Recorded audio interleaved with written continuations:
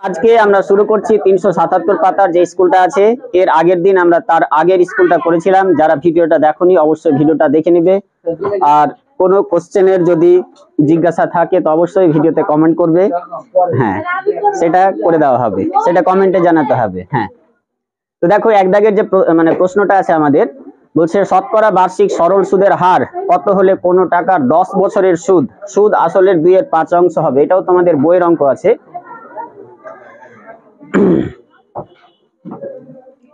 তাহলে এখানে কিন্তু আসল টাসল কিছু বলা নেই, শুধু বলছে যে 10 বছরের যা সুদ হবে সেটা সুদ আসলের 2/5 অংশের সমান। তাহলে এইখানে আমরা যেটা করব, এক নাম্বার যে আসলটা হচ্ছে পি টাকায় ধরে নাও, মানে পি এর মানটা এখানে পি। সুদের হার বলা নেই, আর এর মানটা ধরে নাও r%। টি এর মানটা বলাই আছে কত, 10 বছর। তাহলে বলছে 10 বছরের যেটা সুদ হবে, তাহলে 10 বছরের সুদ কত হবে, P R T by 100। P এর মান হচ্ছে পি, আর এর মান হচ্ছে আর টি এর মান হচ্ছে 10 বাই কত লিখবো, 100। বলছে 10 বছরের যেটা সুদ হবে সেটা সুদ আসলের 2/5 গুণের সমান। এখন সুদ আসল মানে কি বলো, আসলটা আমরা পি ধরেছি আর সুদটা তো আবার এইটা নাকি। তাহলে সুদ আসল মানে আবার পি ইন্টু আর ইন্টু 10/100। এটার কত গুণ বলছে, আসল সুদ মানে সুদ আসল এই দুটোর যোগফলের 2/5 অংশের সমান বলছে এই 10 বছরের সুদটা। তাহলে শর্ত অনুসারে এই জিনিসটা আমরা কি করতে পাবো, সমান করতে পাবো। এটা আমরা সমাধান করব। তো এখানে 0 0 যদি বাদ দিয়ে দিই তাহলে পড়ে থাকছে পি আর বাই কত, 10। এখানেও আমরা 0 0 বাদ দিয়ে দিচ্ছি, তাহলে পড়ে থাকছে P plus P R by 10 into 2 by থাকছে কত, তাহলে 5। বা তাহলে লক্ষ্য করো, এখান থেকে যদি পি আর পি কমন নিয়ে নিই তাহলে বাম দিকে থাকছে পি আর বাই 10। পি যদি কমন নিই এখানে থাকছে 1 প্লাস আর বাই 10 ইন্টু কত, 2/5।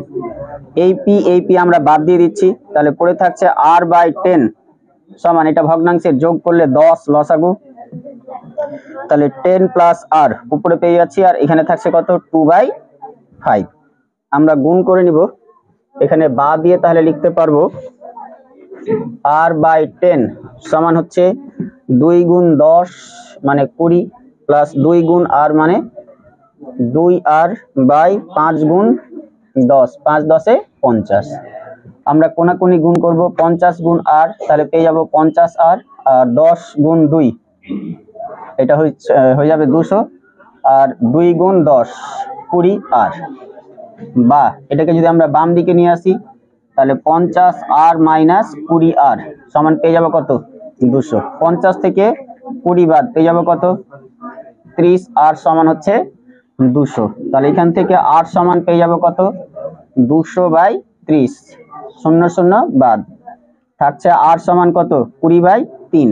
এটাকে যদি আমরা মিশ্র ভগ্নাংশে পরিণত করি তাহলে 3 6 18, ভাগশেষ থাকবে কত, 2/3। তাহলে 6 পূর্ণ 2/3 সঠিক উত্তর পেয়ে যাব আমরা এই দাগেরটা।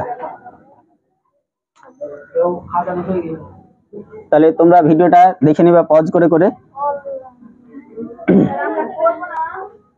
এতক্ষণ কি করছিলা, নিয়ম দেখিয়ে দিলাম, বইয়ের অঙ্ক করতে পারবা, বাড়িতে একটু খাটাখাটনি করবা। দুইটা বলছে দেখো ax² প্লাস bx প্লাস 35 সমান যদি শূন্য সমীকরণের বীজ -5 আর -7 হয় তাহলে a আর b এর মান কত। এটাও তোমাদের বইয়ের অঙ্ক। তো এইখানে দেখো সমীকরণটা লেখা আছে ax² প্লাস bx প্লাস 35 সমান কত, 0। তো এর দুটো বীজ, একটা বলা আছে -5 মানে আলফার মান কত, -5 আর বিটার মান কত, তাহলে এখানে -7। আমরা জানি আলফা বিটা যদি কোনো সমীকরণের বীজ হয় তাহলে বীজদ্বয়ের যোগফলের সূত্র হয় -b এর মান বাই a এর মান। তাহলে এখানে আলফার মান যদি -5 হয় আর বিটার মান যদি -7 হয় তাহলে এটা বীজদ্বয়ের যোগফল। তো এখানে লিখবো b এর মান হচ্ছে b, তার আগে একটা সূত্রের মাইনাস, আর a এর মান হচ্ছে কত, a। আর এবং দিয়ে কি লিখতে পারবো, বীজদ্বয়ের গুণফল, অর্থাৎ -5 গুণ হচ্ছে -7 সমান কি লিখবো, c এর মান বাই a এর মান। তো c এর মান কত এখানে আর এর মান কত এখানে এ। তা এটা আমরা সরল যদি করে নিই আগেই, মাইনাস মাইনাসে প্লাস 5 গুণ 7 কত হবে 35, সমান এটা হয়ে যাচ্ছে 35/a। এটা কোণাকুণি গুণ করো, নিচে 1 ধরে নিতে পাবো আমরা, 35 গুণ a, তাহলে পেয়ে যাচ্ছি কত 35a সমান হচ্ছে 35। তা এখান থেকে a সমান পেয়ে যাব কত আমরা 35/35, তাহলে এটা কেটে যাচ্ছে, কেটে গিয়ে পেয়ে যাচ্ছি a সমান 1, তাহলে একটা উত্তর পেয়ে যাচ্ছি 1। এইটুকুটাকে আমরা পরে সরল করব, তাহলে -5 প্লাস মাইনাসে -7 সমান -b/a, এর মান তো 1 পেলাম। দুটোই মাইনাস, যোগ করব কিন্তু চিহ্নটা কি থাকবে -5 আর 7 যোগ করে কত হবে 12, সমান হচ্ছে তাহলে -b। মাইনাস মাইনাস দুই দিক থেকে যদি কেটে দিই তাহলে b সমান পেয়ে যাব, তাহলে a সমান পেয়ে যাচ্ছি 1, b সমান পেয়ে যাচ্ছি 12। তাহলে সঠিক উত্তর পেয়ে যাচ্ছি কত a দাগ is the right answer. Next,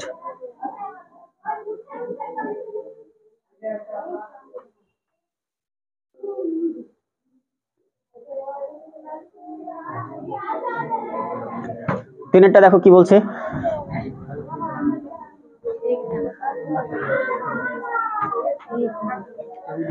বলছে ত্রিভুজ ABC এর পরিকেন্দ্র হচ্ছে O, আর কোণ OAB সমান 50 ডিগ্রি হলে কোণ ACB এর মান কত। তাহলে তুমি তিনেরটার যদি ছবি আঁকো, 3 দাগের যদি ছবি আঁকো, তাহলে ABC ত্রিভুজের পরিকেন্দ্র, পরিকেন্দ্র মানে কি বলো, এটা হচ্ছে একটা ত্রিভুজ, আর এই ত্রিভুজ আঁকছি আমরা, এই একটা বৃত্ত, আর এই বৃত্তের ভেতরে একটা ত্রিভুজ আঁকছি যার কেন্দ্র নিচ্ছি কি আমরা O। তাহলে বলছে এটা নামকরণ করে দিচ্ছি আমরা, এটা নাম দিচ্ছি A, এটা নাম দিচ্ছি B, এটা নাম দিচ্ছি C। জ্যামিতির অঙ্ক করার জন্য আগে কিন্তু ছবি আঁকতে হবে, তোমাকে এটা মাথায় রাখতে হবে যে ত্রিভুজের পরিকেন্দ্র বলছে O, তাহলে পরিকেন্দ্র মানে তোমাকে আগে পরিবৃত্তের মতো করে একটা ছবি আঁকতে হচ্ছে। প্রথম কাজ যে ABC একটা ত্রিভুজ, তার বাইরে একটা কি থাকবে বৃত্ত, আর কেন্দ্রটার নাম কি দেব O। এখানে বলছে OAB 50, OAB অর্থাৎ আমাকে এটা যোগ করতেই হচ্ছে, এই কোণটার মান কত বলছে 50।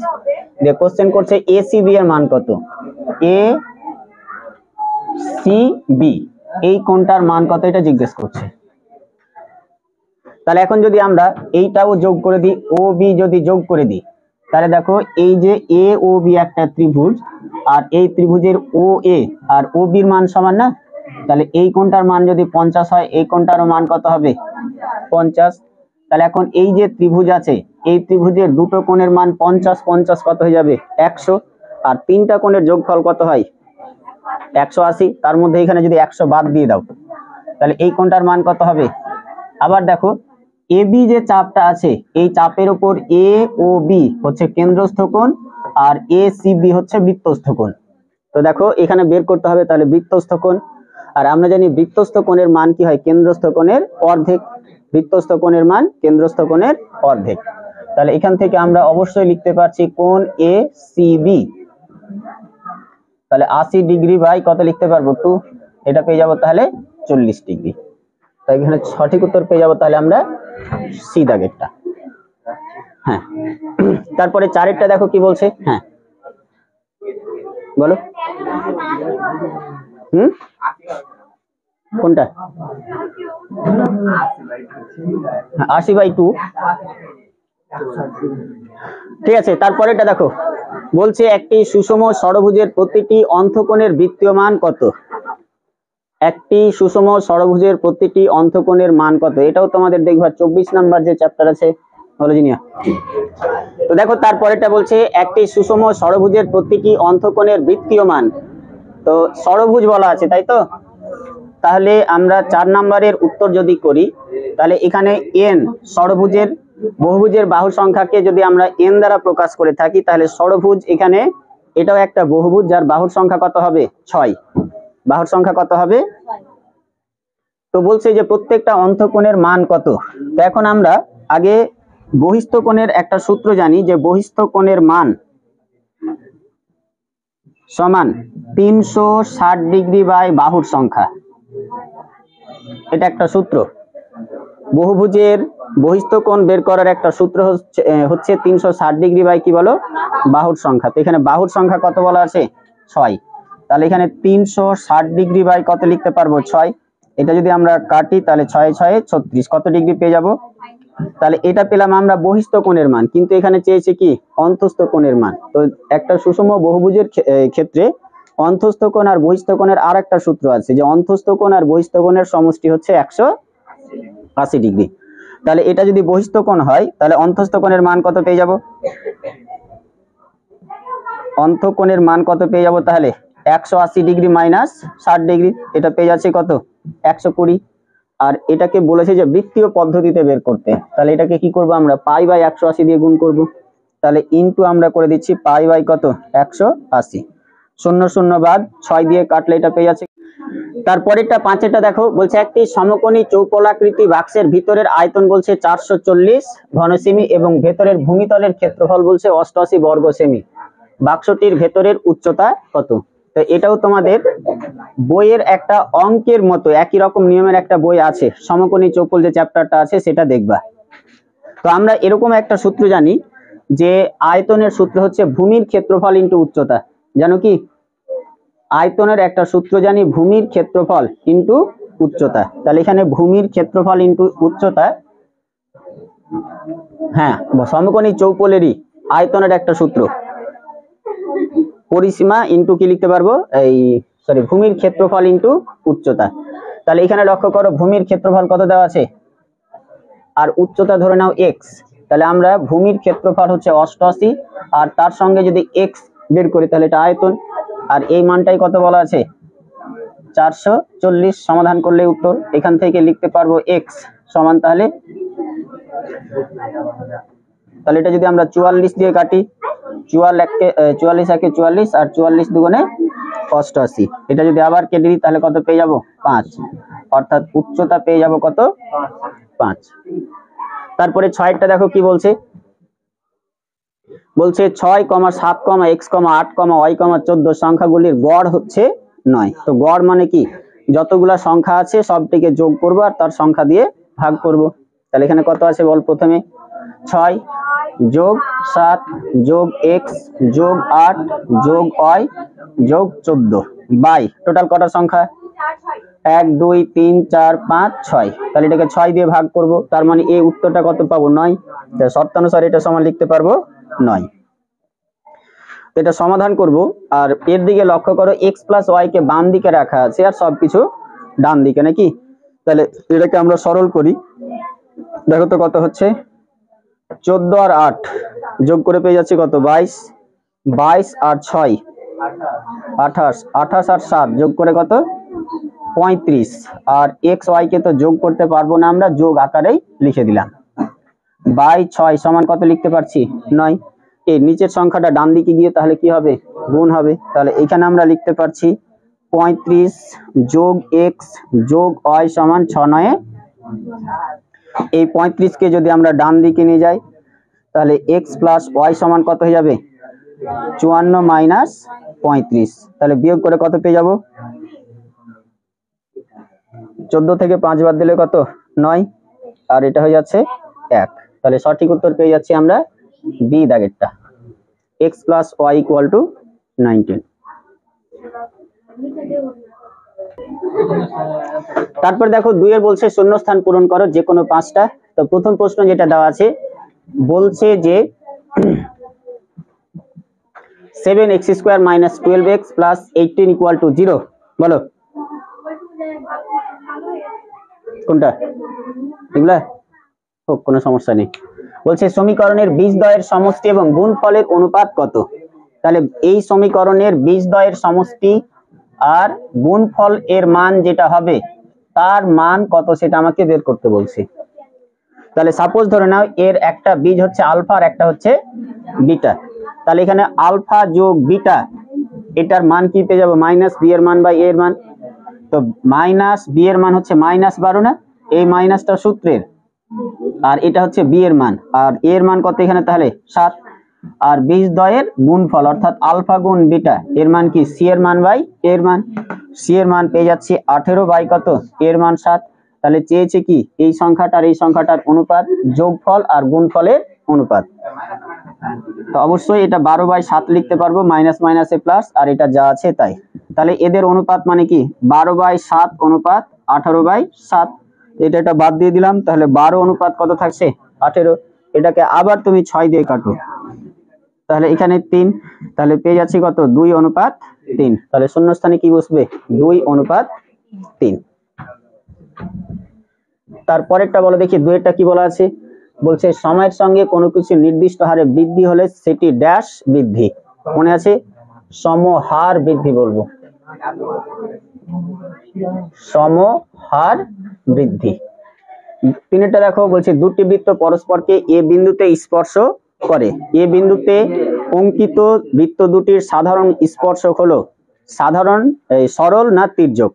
তাহলে জিনিসটা মনে আছে কিনা দেখো, আবার বলছি, কোশ্চেনটা পড়ছি। বলছে দুটো বৃত্ত পরস্পরকে এ বিন্দুতে স্পর্শ করে, আরো বলছে এ বিন্দুতে অঙ্কিত বৃত্ত দুটির সাধারণ স্পর্শক যেটা পাবো সেটা বলছে সরল নাকি তির্যক। তাহলে এখন যদি এটা একটা বৃত্ত আর এটা একটা বৃত্ত পরস্পরকে এ বিন্দুতে ছেদ করে, তাহলে বলছে এইখানে যেটা স্পর্শক পাবো সেই স্পর্শকটা তির্যক না সরল। তো সরলের সংজ্ঞা কি ছিল আর তির্যকের সংজ্ঞা কি ছিল?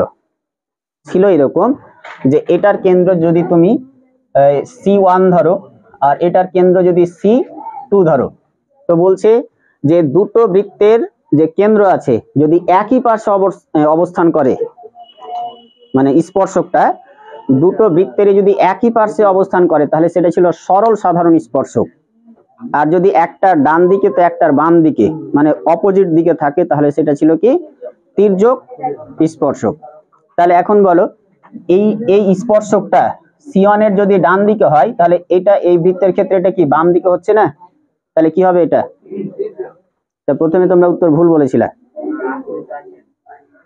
তাহলে এটার উত্তর কি পেয়ে যাবো আমরা? তির্যক উত্তর হবে, এটা সঠিক উত্তর পেয়ে যাবো আমরা তির্যক সাধারণ স্পর্শক। তারপরে দেখো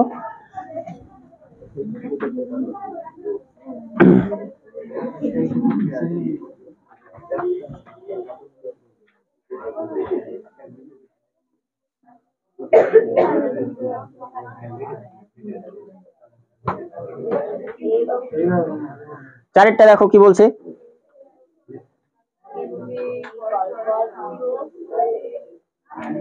বলছে এ এবং বি পরস্পর পূরক কোণ হলে সাইন এ সমান ড্যাশ হবে। তাহলে বলো পূরক কোণ মানে কি? দুটো কোণের যোগফল 90 ডিগ্রি না? তাহলে এ আর বি যদি পূরক কোণ হয় তাহলে এদের যোগফল কত ডিগ্রি? 90 ডিগ্রি। এখান থেকে যদি আমরা এ এর মান বের করি তাহলে 90 ডিগ্রি মাইনাস কি লিখতে পারবো? বি। এখানে বলছে সাইন এ সমান কত হবে, তাহলে এখন বলো এ এর মান আমরা কি লিখতে পারবো? Sine 90 degree minus B. তাহলে সাইন 90 মাইনাস থিটার সূত্র কি ছিল? কস থিটা না? তো এখানে থিটার জায়গায় কি লেখা আছে তাই এটা লিখতে পারবো, তাহলে শূন্য স্থানে কি বসবে? কস বি। পাঁচেরটা দেখো, বলছে একটি লম্ববৃত্তাকার চোঙের আয়তন এবং বক্রতলের ক্ষেত্রফলের সাংখ্যমান সমান হলে চোঙের ব্যাসের দৈর্ঘ্য ড্যাশ হবে। কি কি বলা আছে? একটা লম্ববৃত্তাকার চোঙ, তারপরে বলছে এর আয়তনের মান আর বক্রতলের ক্ষেত্রফলের সাংখ্যমান সমান। তার মানে তুমি যদি ধরে নাও যে লম্ববৃত্তাকার চোঙ এর ব্যাসার্ধ হচ্ছে আর আর উচ্চতা হচ্ছে h, তাহলে তার আয়তনের সূত্র জানি কি আমরা? পাই আর স্কোয়ার h। আর বক্রতলের ক্ষেত্রফলের সূত্র কি জানি? 2 পাই আর h। তাহলে শর্ত অনুসারে এটা কি হবে? সমান হবে। তো এখান থেকে পাই পাই বাদ h বাদ একটা করে আর বাদ, তাহলে আর সমান কত পেয়ে যাব? 2। তো আমাদের কোশ্চেনে চেয়েছে ব্যাস কত, কি চেয়েছে? তো ব্যাস মানে তো 2r এর দৈর্ঘ্য নাকি? তাহলে এখান থেকেও আমরা লিখতে পারবো উভয় পক্ষে যদি আমরা 2 দ্বারা গুণ করে দিই তাহলে কত পেয়ে যাব? তাহলে ব্যাস কত পেয়ে যাব আমরা? এখানে বসে যাচ্ছে তাহলে 4।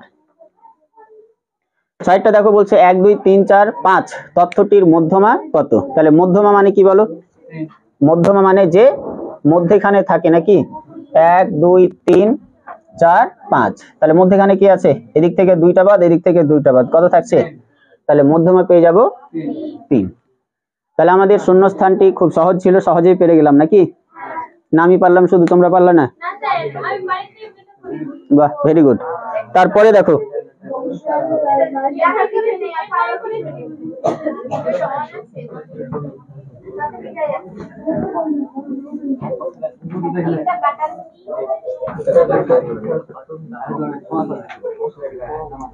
সত্য মিথ্যা কি হবে বলো?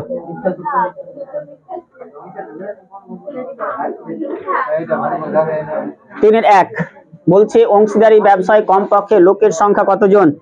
3 জন। আমরা জানি 2 জনেও ব্যবসাটা করা যাবে, তাহলে কমপক্ষে 2 জন হওয়া উচিত, তাহলে এটা কি হবে? মিথ্যা। তারপরে দেখো বিটা বলছে যদি y minus Z varies as 1/x, z minus x varies as 1/y, x minus y varies as 1/z হয়, তবে ভেদ ধ্রুবক তিনটির সমষ্টি কত হবে? তাই এটা করে দেখাতে হবে।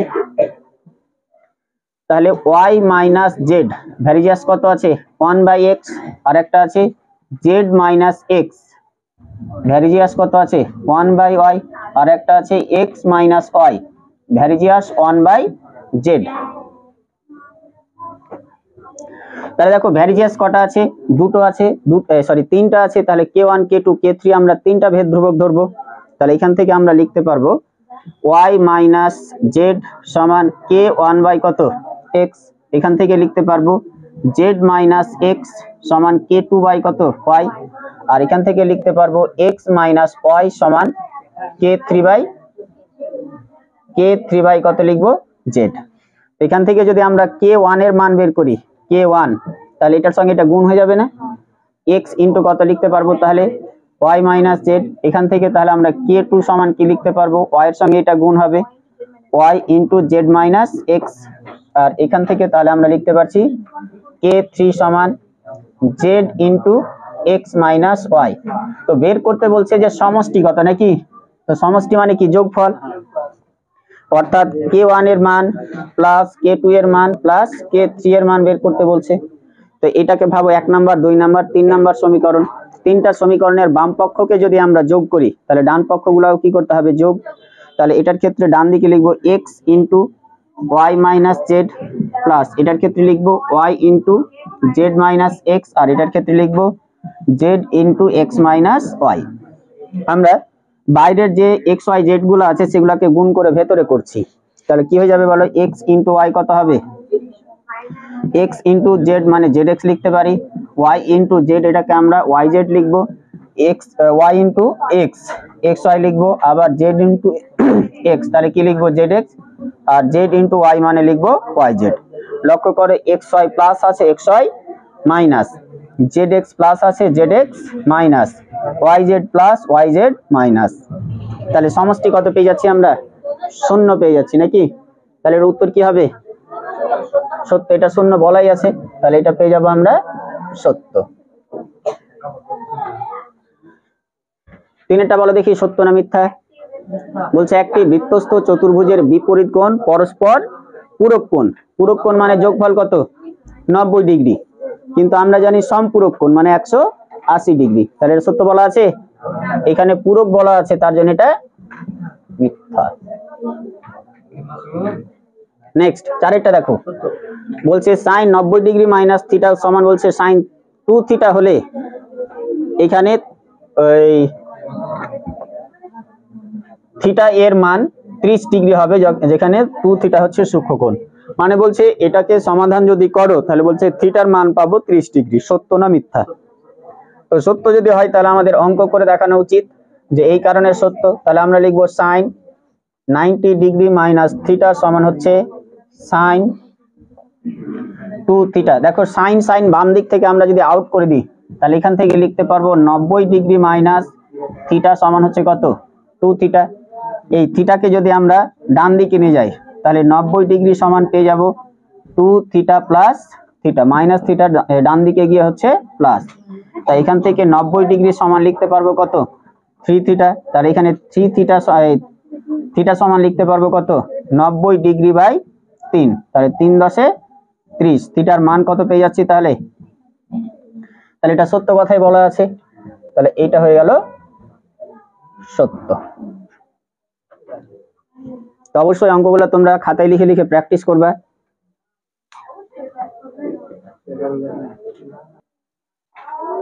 তো 5-এরটা দেখো, বলছে একটি লম্ববৃত্তাকার শঙ্কুর ভূমিতলের ব্যাসার্ধের দৈর্ঘ্যের অর্ধেক এবং উচ্চতা দ্বিগুণ যদি করা হয়, তাহলে বলছে আয়তন একই থাকবে নাকি?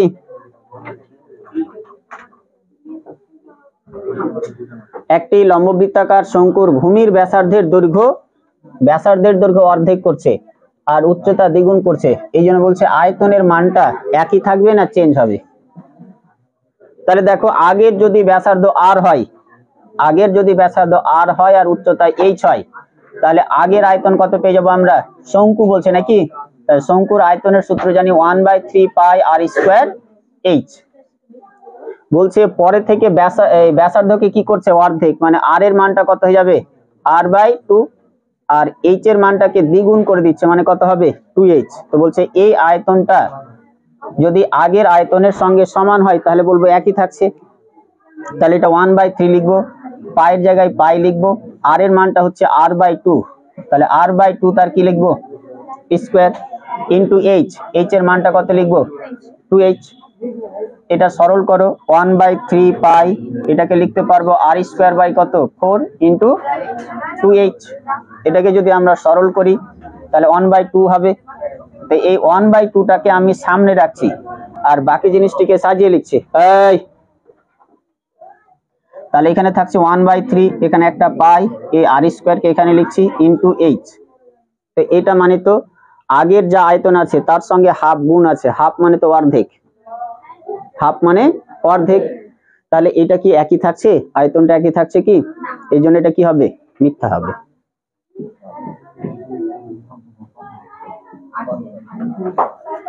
ছয়টা দেখো, বলছে এইখানে যে তথ্যগুলো দেওয়া আছে তথ্যের সংখ্যাগুরু মান 10, সত্য না মিথ্যা? সত্য বলে মনে হচ্ছে না? তো সংখ্যাগুরু মানের সংজ্ঞা কি জানো তোমরা? যে তথ্যটা বেশি বার থাকবে, যে জিনিসটা সংখ্যাগুরু মান মানে যে জিনিসটা বেশি বার থাকবে। আমি জানি যেটা তোমরা ভুল করবা, তোমাদের মনে হবে যে তো মধ্যখানে আছে মানে, কিন্তু এখানে তো মধ্যমা চাইনি। আর মধ্যমা যদি চাইতো তাও তো আমরা ছোট থেকে বড় আকারে সাজাবো। মধ্যমাও যদি চাই তো আমরা কি করব?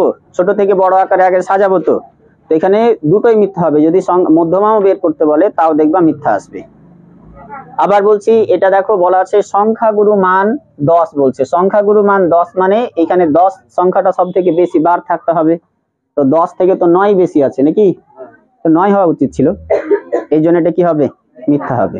মধ্যমা বললেও আগে ছোট থেকে বড় আকারে আগে আমরা সাজাতাম, তারপরে বলতে পারতাম। যদি মিডিলে পড়তো তাহলে ঠিক আছে, তো এখানে মিডিলেও মনে হয় পড়বে না, তাহলে এটা এই জন্য কি হবে? এটা মিথ্যা হবে। তো ধন্যবাদ সবাইকে এই ভিডিওটা দেখার জন্য। পরবর্তী 4 দাগের ভিডিওর জন্য সবাই অপেক্ষা করো।